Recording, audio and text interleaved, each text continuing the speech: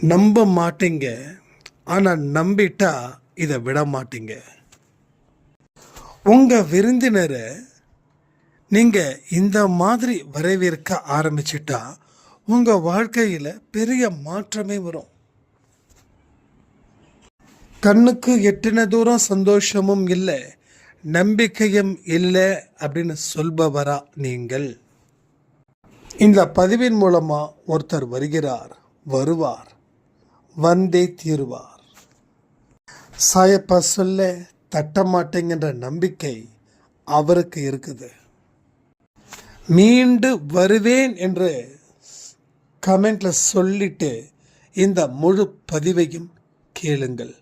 கண்டிப்பா நீங்க மீண்டு வருவீர்கள்.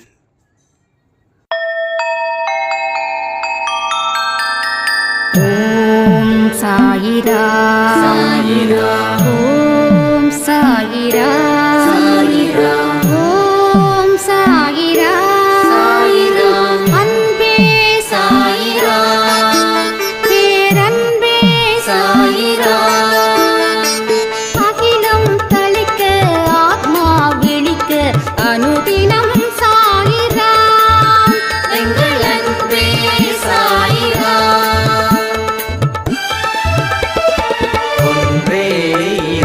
ஒன்றே பூமிக்கென்றும் சாயிரா, சரணம் சாயிரா, நன்றே செய்து வாழ்வோம், நாம் ஒன்றே செய்து வாழ்வோம், அன்பே சாயிரா.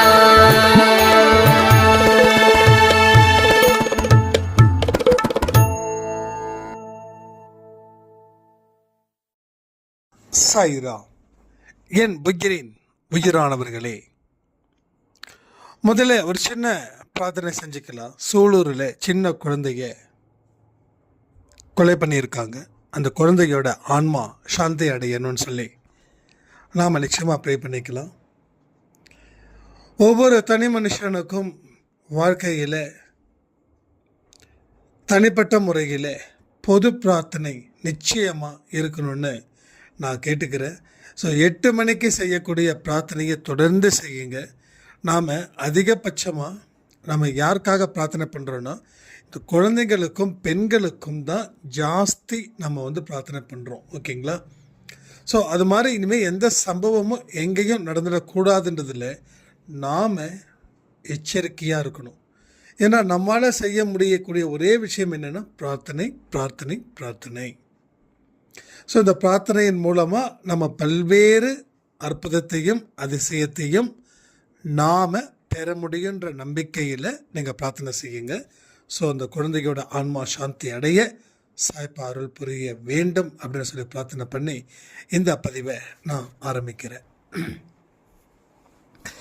அதாவது தெரியாமல் நான் தவறு செஞ்சிட்டேன், கடவுள் மன்னிப்பாரா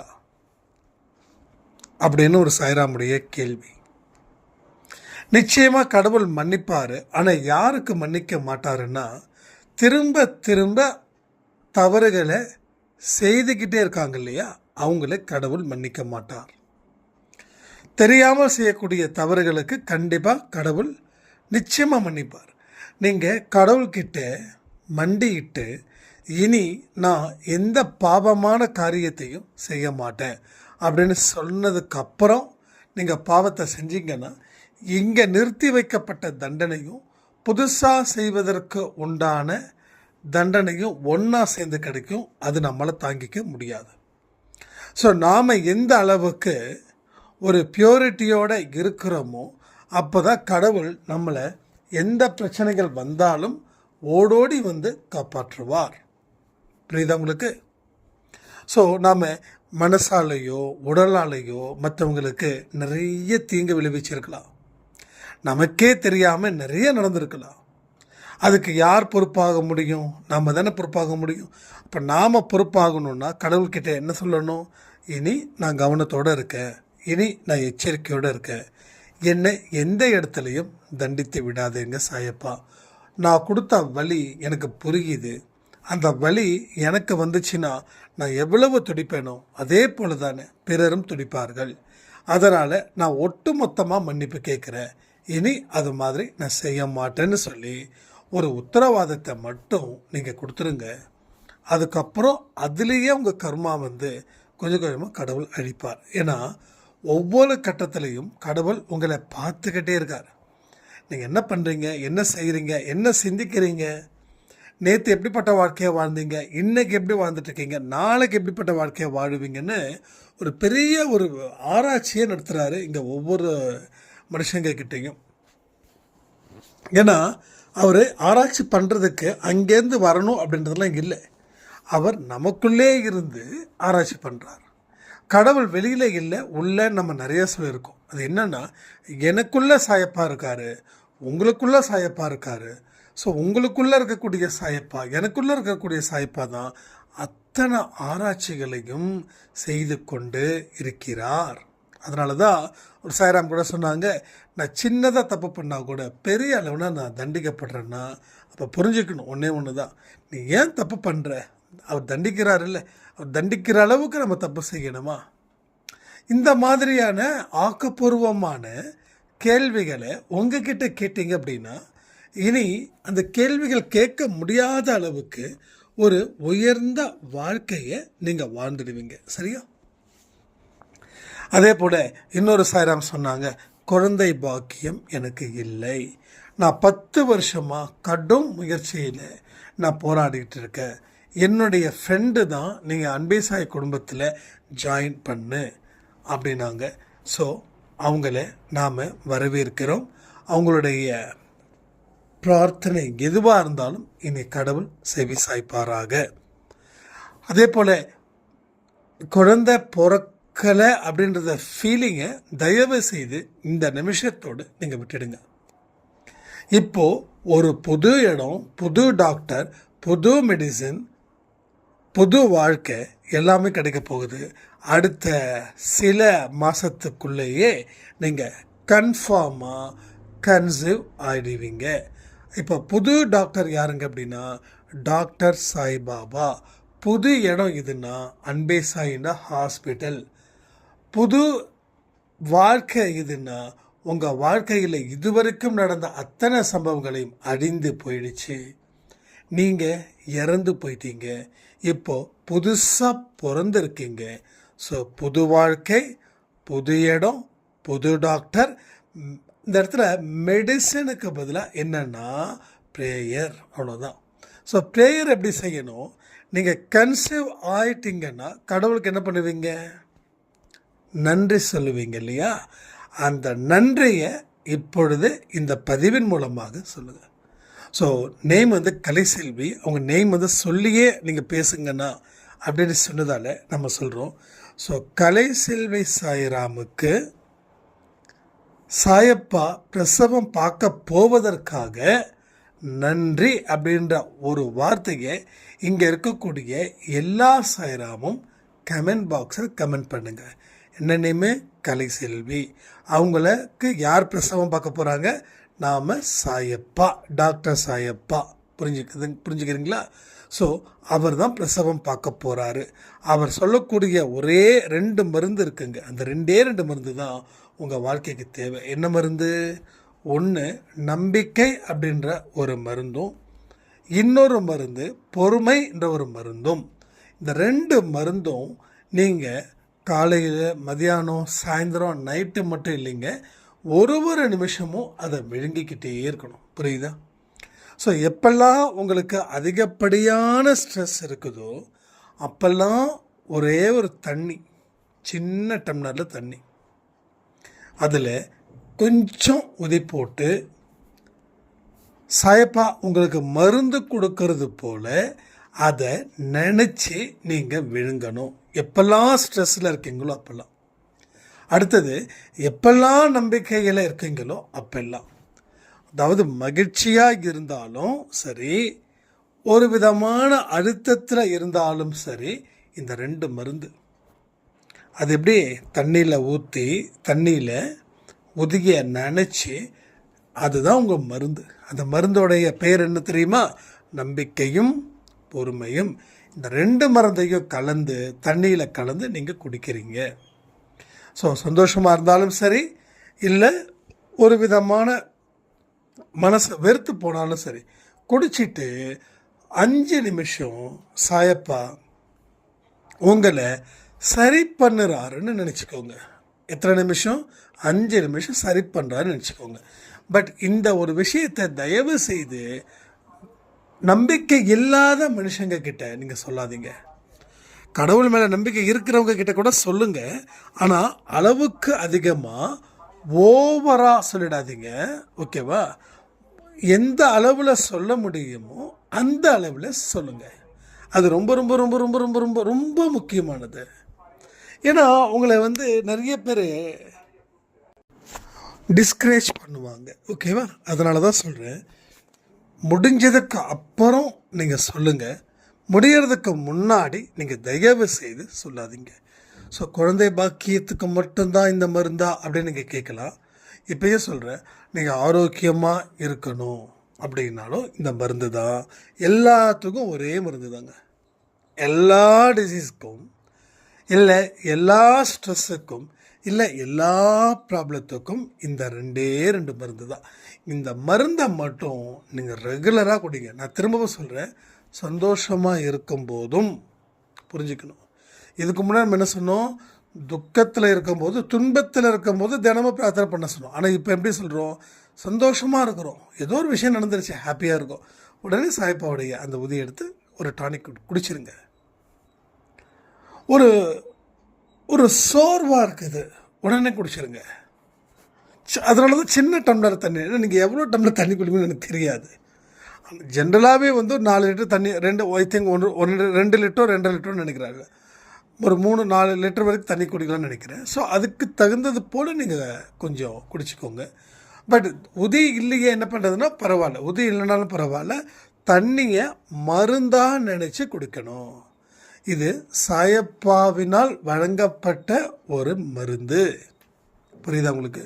உதியிலலாம் விஷயமே கிடையாது, புரிஞ்சுக்கோங்க.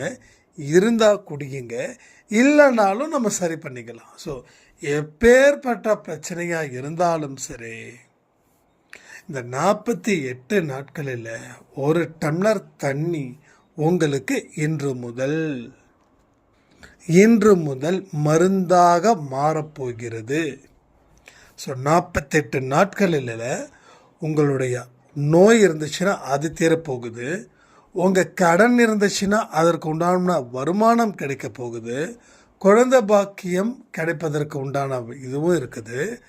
ஸோ உங்களுக்கு வேலையில் ஏதாவது அடுத்த ப்ரொமோஷன் போகணும் அப்படின்னாலும் இந்த 48 நாட்களோட மருந்து உங்களுக்கு அது பயனளிக்க போகுது. யாராவது உங்களை மதிக்கலை, போகலை, வரலை, நான் ரொம்ப அழுத்தத்தில் இருக்கேன் அப்படின்னா இந்த 48 நாள் இந்த மருந்தை நீங்கள் சாப்பிடும்போது 49வது நாள் சிவப்பு கம்பளத்தை போட்டு உங்களை எப்படி வரவேற்பார்களோ அந்த மாதிரியாக இந்த உலகம் உங்களை பார்க்கும். இதை எழுதி வச்சுக்கோங்க, இது நிச்சயமாக உங்கள் வாழ்க்கையில் நடக்கும். அதே போல் இன்னொரு சாய்ராம் ஒரு பெரிய கேள்வி கேட்டிருந்தாங்க. எங்கள் கடவுள் நம்புகிறேன், ஆனால் அடிக்கடி நம்ப முடியாத அளவுக்கு இருக்குது, என்ன அர்த்தம் அப்படின்றாங்க. அப்போ நான் சொல்கிறேன் ஒரு வார்த்தை, இப்போ இந்த பதிவு மூலமாக தான் சொல்ல போகிறேன். அதாவது நம்ம வாழ்க்கையில் சந்தோஷமாக இருக்கும்போது கடவுளை நம்ம நம்புகிறோம், கடவுள் தான் நம்மளோட வாழ்க்கையை வழி நடத்துகிறாரு அப்படின்ற எல்லா விஷயமும் நமக்கு 100க்கு 100 புரியுது. ஆனால் வாழ்க்கையில் துன்பம் வரும்போது தான் கடவுள் இருக்கிறாரா அப்படின்ற ஒரு பிக்கெஸ்ட் கொஸ்டின் ரைஸ் ஆகுது. ஏன் சொல்லுங்கள்? கடவுள் இருந்தால் எனக்கு துன்பம் வந்திருக்காது. பாயிண்ட் புரியுதா? கடவுள் இருந்தால் எனக்கு துன்பம் வந்திருக்காது. அப்போ எனக்கு துன்பம் வந்திருக்குதுன்னா அப்போ அந்த துன்பத்தை கடவுள் பார்த்துட்டு ஏன் சும்மா இருக்கணும்? அப்போ எனக்கு ஏதாவது நல்லதை செஞ்சுருக்கணும்ல. நான் இப்போ வரைக்கும் கஷ்டப்பட்டுட்டு தானே இருக்கேன். என்னுடைய நிலையை பார்த்தா என்னுடைய எதிரிகள் கூட மனம் இறங்குவாங்க.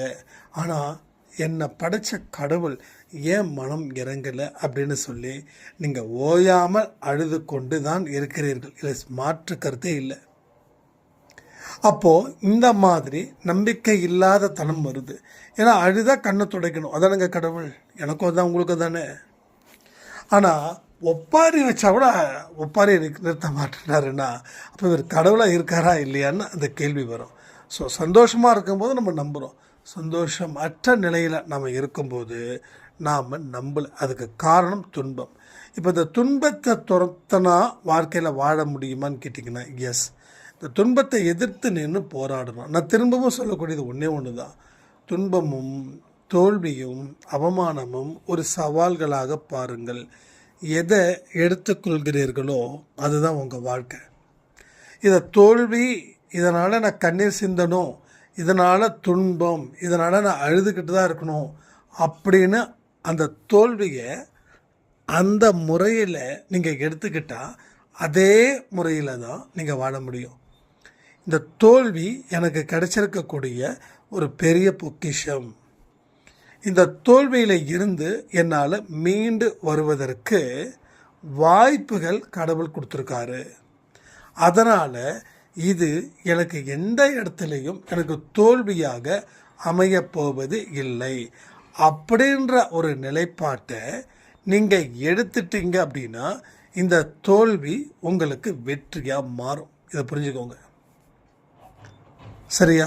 அப்போது நம்ம எந்த வகையில் அதை ஏற்றுக்கிறோன்றதை பொறுத்து தான். ஒன்றும் இல்லை, உங்கள் கெஸ்ட்டு உங்கள் வீட்டுக்கு வராங்க, உங்கள் ரொம்ப க்ளோஸு, அவங்கள நீங்கள் நல்ல முறையில் ரிசீவ் பண்ணிங்க அப்படின்னா அவங்க ஹாப்பியாக அந்த நாளை ஸ்பெண்ட் பண்ணுவாங்க. உங்கள் வீட்டில் ஏதோ ஒரு பெரிய பிரச்சனை, அப்போது உங்களுடைய ரிலேட்டிவ்ஸ் வந்திருக்காங்க, உங்களால் வரவேற்பதற்கு கூட உங்கள் மைண்டில் ஒரு கிளியர் இல்லை. அப்போ என்ன பண்ணுவாங்க, வந்த உடனே போயிடுவாங்க. அப்போ தோல்வியை ஒரு கெஸ்ட்டு மாதிரி வரவேற்க வேண்டும். தோல்வியை வேண்டா வெறுப்பாக வச்சுக்கக்கூடாது. ஒரு கெஸ்ட்டு மாதிரி வரவேற்றுட்டிங்கன்னா அந்த தோல்வி உங்களுக்கு நண்பனாக மாறி உங்களுக்கு செய்ய வேண்டிய பணிவிடைகளை செஞ்சு வீட்டை விட்டு ஓடிடும். அப்போது உங்களுக்கு என்ன செஞ்சு கொடுக்குது தெரியுமா? ஒரு பிரம்மாண்டமான, நினச்சி பார்க்க முடியாத, நம்ப முடியாத ஒரு பெரிய வெற்றியை அது கொடுக்கும். புரியுதா உங்களுக்கு? அப்போ எது வந்தாலும் மனசு தளர விடக்கூடாது. எது வந்தாலும் என் சாயப்பா இருக்கிறாருன்னு அந்த நேரத்தில் வைக்கக்கூடிய நம்பிக்கை இருக்கே, அந்த நம்பிக்கை தான் உங்கள் வாழ்க்கையை ஒட்டு மொத்தமாக தலைக்கீழாக மாற்றி போடும். இப்போ நம்ம தலைக்கீழாக நடந்துக்கிட்டு இருக்கோம். ஏன்னா தலைக்கீழாக நடக்கும்போது தலை சுற்றும், தலை வலிக்கும், விழி பிதுங்கும், எல்லாமே பண்ணும். ஆனால் சரியான முறையில் நம்ம தெரிஞ்சுக்கிட்டு கரெக்டாக நடந்தால் ஒரு ரிலாக்ஸேஷன் கிடைக்கும் இல்லையா? அது போல தான் இதுவும். அதனால் நம்ம வாழ்க்கையில் நாம் செய்ய வேண்டிய வழிமுறைகள் எவ்வளவோ இருக்கும்போது நாம் அதையெல்லாம் யோசிக்காமல், அதையெல்லாம் புரிஞ்சிக்காமல் நாம் இப்போ வரைக்கும் எனக்கு கஷ்டம் இருக்குது, கடவுள் என்னை காப்பாற்றலை, கடவுள் எனக்கு நம்பிக்கையை கொடுக்கல, ஏதாவது ஒரு இடத்துல நம்பிக்கை கொடுத்தா கூட நான் ஜம்முன்னு வாழ்ந்துடுவேனே அப்படின்னு சொல்லக்கூடியவங்களுக்கு ஒன்றே ஒன்று தான். இப்போ அன்பே சாயில இருந்து அவர் என்ன செஞ்சிட்ருக்காரு? நம்பிக்கையை கொடுத்துட்டு தானே இருக்காரு. அப்போது நம்பிக்கை எப்படி கொடுக்கணுன்றீங்க?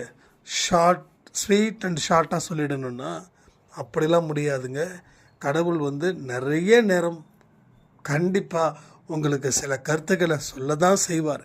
ஏன்னா புரிய வைக்க அவர் முயற்சிகள் செய்து கொண்டிருக்கிறார். ஏன் செய்கிறார் அப்படின்னா தன்னுடைய குழந்தை எந்த இடத்துலையும் அவமானப்படுவது இல்லை, யாராலையும் தன்னுடைய குழந்தைய அவமதிக்க முடியாது அப்படின்ற ஒரு விஷயத்தை வச்சு தான் அவர் செஞ்சுக்கிட்டு இருக்கார். ஸோ நாம் செய்ய வேண்டிய வழிமுறைகள் ஏகப்பட்டது இருக்கும்போது நாம் திரும்ப திரும்ப திரும்ப திரும்ப தோல்வியின் பிம்பமாக இருக்க வேண்டாம்னு சொல்லி இந்த பதிவை நான் முடிக்கிறேன். ஜெய் சாயிராம்.